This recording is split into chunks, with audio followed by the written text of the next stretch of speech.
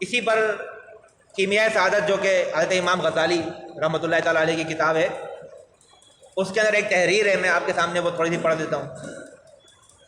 کیمیائے سعادت امام غزالی حکیم امت کہلاتے ہیں، فرماتے ہیں کہ علماء بھی واعظ و نصیحت کے بجائے بازاری مقررین کا انداز اختیار کر لیں، لغویات، وباہیات، بیہودہ گوئی اور بیکار باتوں سے عوام کا دل بہلانا شروع کریں، جو عموماً دیکھا گیا ہے، تو لوگ غلط فہمی میں مبتلا ہو جائیں گے کہ کوئی بات نہیں، ہم جو کچھ بھی کرتے رہیں رحمت خداوندی ہمارے شامل حال رہے گی، تو قوم کا حال غافلین سے بھی بدتر ہو جائے گا۔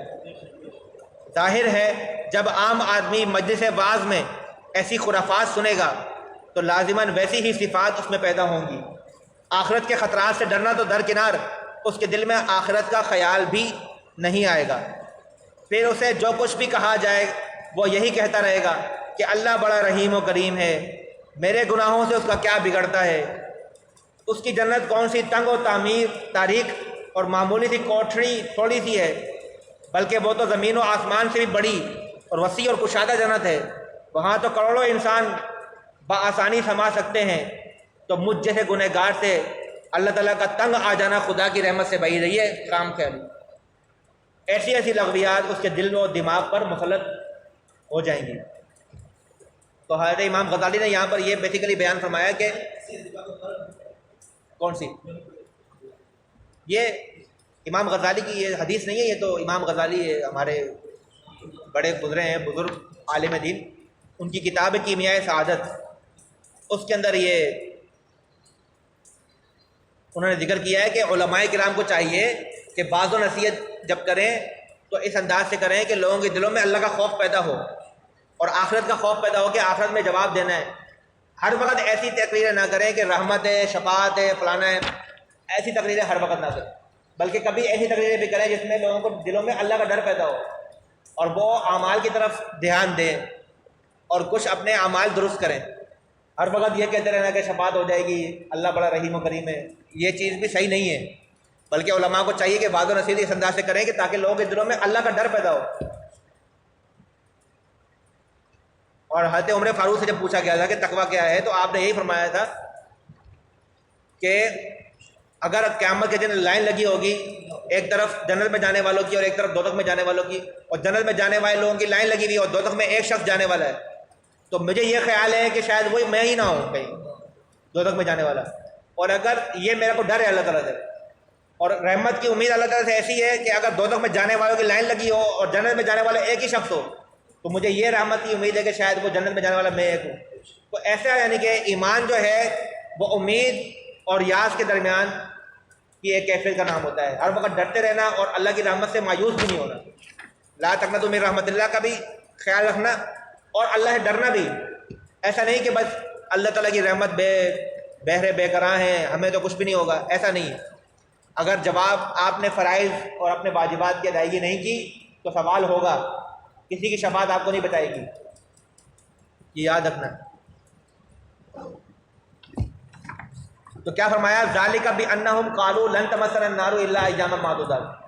تو یہ جرأت ان کے اندر کیسے پیدا ہوئی یہودیوں کے اندر اس قدر بڑے بڑے کارنامے کرنے کی؟ ذالک بانہم، یہ جرأت ان کے اندر ایسے پیدا ہوئی ہے، قالوا کہ وہ یہ کہتے تھے، ان کا یہ گمان تھا، لن تمسنا النار الا ایاما معدودات، کہ ہمیں آگ جہنم کی نہیں چھوئے گی الا ایاما معدودات، مگر کچھ دنوں کے لیے۔ وغرہم فی دینہم ما کانوا یفترون، اور جو کچھ وہ اللہ پر جھوٹ باندھا کرتے تھے ان چیزوں نے ان کے دین کے بارے میں انہیں دھوکے میں ڈال رکھا تھا۔ اور اگلی آیت مبارکہ میں اللہ فرماتا ہے 25 نمبر آیت، فَكَيْفَ إِذَا جَمَعْنَاهُمْ لِيَوْمٍ لَا رَيْبَ فِيهِ وَوُفِّيَتْ كُلُّ نَفْسٍ مَا كَسَبَتْ وَهُمْ لَا يُظْلَمُونَ۔ فَكَيْفَ إِذَا جَمَعْنَاهُمْ لِيَوْمٍ لَا رَيْبَ فِيهِ، فَكَيْفَ تو کیسی حالت ہوگی، اذا جمعناہم جب ہم جمع کریں گے ان لوگوں کو، لیوم لا ریب فیہ اس دن جس کے بارے میں کوئی شک نہیں ہے، جس کے واقع ہونے میں کوئی شک نہیں ہے، روز حشر جب ہم ان کو جمع کریں گے تو ان لوگوں کی حالت کیسی ہوگی جو یہ الٹے سیدھے گمان اپنے ذہنوں میں خام خیالیاں بنی ہوئی ہیں۔ ووفیت کل نفس ما کسبت، اور ووفیت اور ادا کر دیا جائے گا کل نفس ہر نفس کو ما کسبت جو اس نے کمایا ہوگا، وہم لا یظلمون اور ان پر کوئی ظلم نہیں کیا جائے گا۔ جو جس نے نیکی کی ہوگی اس کو اس کی جزا ملے گی، جو گناہ کیا ہوگا اس کی اس کو سزا ملے گی۔ وَهُمْ لَا يُظْلَمُونَ، اس پر کوئی ظلم نہیں کیا جائے گا۔ یہ بھی ظلم ہے کہ نیکی کر کے آئے اس کو سزا دے دو، اور یہ بھی ظلم ہے کہ گناہ کر کے آئے اس کو سزا نہ دو، یہ بھی ظلم ہے۔ ظلم کیا ہوتا ہے کہ وضع الشیء غیر محلی، کسی چیز کو اس کے جگہ پہ نہ رکھنا۔ ایک چیز ہے اس کو آپ نے ایک جگہ پہ رکھنا ہے جہاں پر حکم دیا گیا، اگر آپ نے اس کو اس جگہ پہ نہ رکھا کسی اور جگہ پہ رکھ دیا تو یہ ظلم کہلاتا ہے۔ وضع الشیء غیر محلی، ایک چیز کا کہا گیا کہ نماز پڑھنے کا انجام اچھا ہے، نماز نہ پڑھنے کا انجام برا ہے، تو اچھے کام کا اچھا انجام، برے کام کا برا انجام۔ اب ظلم کیا ہوگا؟ اچھے کام کا برا انجام، برے کام کا اچھا انجام، یہ ظلم ہے۔ وضع الشیء غیر محلی کیا ہے؟ ظلم ہے۔ تو ایسا نہیں ہوگا کہ ہم نمازیں نہیں پڑھیں گے، روزے نہیں رکھیں گے، زکوٰۃ فرض ہوگی ہم زکوٰۃ نہیں دیں گے، بد اخلاقیاں کریں گے، جھوٹ بولیں گے، غیبتیں کریں گے، لوگوں کے ساتھ جھگڑے پیدا کریں گے اور پھر آخرت میں بخشے جائیں گے۔ ایسا نہیں ہوگا۔ وَهُمْ لَا يُظْلَمُونَ، اس دن کوئی ظلم نہیں کیا جائے گا۔ وَوُفِّيَتْ كُلُّ نَفْسٍ مَا كَسَبَتْ، ہر نفس نے جو کمایا ہوگا اس کو پورا پورا دیا جائے گا۔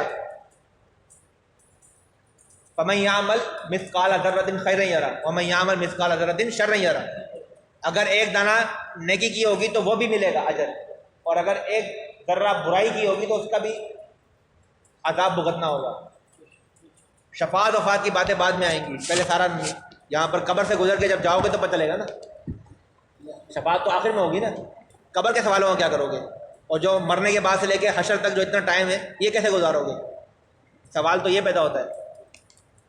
شفاعت تو بروز حشر ہوگی نا، جب میدان حشر لگے گا اور پھر سب جائیں گے اور انبیاء کے بعد اور جا کے درخواست کریں گے، اس کے بعد کام ہوگا نا۔ وہ جو مرنے کے بعد سے لے کر کے روز حشر تک کتنا ٹائم ہے کوئی پتہ ہے کسی کو؟ وہ کیسے گزارو گے؟ وہ 3 سوالوں کے جواب کیسے دو گے؟ یہاں سے یاد کر کے جانے سے نہیں ہوگا جواب تو اعمال کے مطابق آئے گا۔ یہاں سے رٹا مار کے چلے جائیں گے مر ربو کا ربی اللہ، رٹا مارنے سے کچھ نہیں ہوگا۔ وہاں پر جواب اس کے ذہن میں آئے گا جس نے اچھے عمل کیے ہوں گے، جس نے اچھے عمل نہیں کیے ہوں گے اس کے ذہن میں جواب نہیں آئے گا، بھلے وہ کتنا بڑا مسلمان ہو، بھلے کچھ بھی ہو۔ عمل اچھے ہوں گے تو جواب ذہن میں آئے گا، وگرنہ نہ حضور پہچانے جائیں گے نہ جواب ذہن میں آئے گا۔ اور پھر کیا ہوگا؟ عالم برزخ پر ایمان ہے، قبر کے اندر عذاب پر ایمان ہے یا نہیں ہے؟ ہونا چاہیے۔ پھر کیا ہوگا؟ ٹھکائی شروع ہوگی حشر تک، وہ ٹھکائی سے کیسے بچو گے؟ ادھر تو کوئی شفاعت نہیں ہے، پھر کیا کرو گے؟ تو اللہ تعالیٰ سے دعا ہے کہ اللہ تعالیٰ ہمیں ہمارے ذہنوں کو صاف فرمائے اور ہمیں اپنے حبیب صلی اللہ تعالیٰ علیہ وسلم کی اطاعت و فرمانبرداری میں رکھے اور اسی میں ہمیں موت عطا فرمائے۔ اللہ تعالیٰ سے دعا ہے کہ اللہ تعالیٰ نے ہمیں جو بھی سیکھا ہے اس پر عمل کرنے کی توفیق عطا فرمائے۔ وآخر دعوانا ان الحمد للہ رب العالمین۔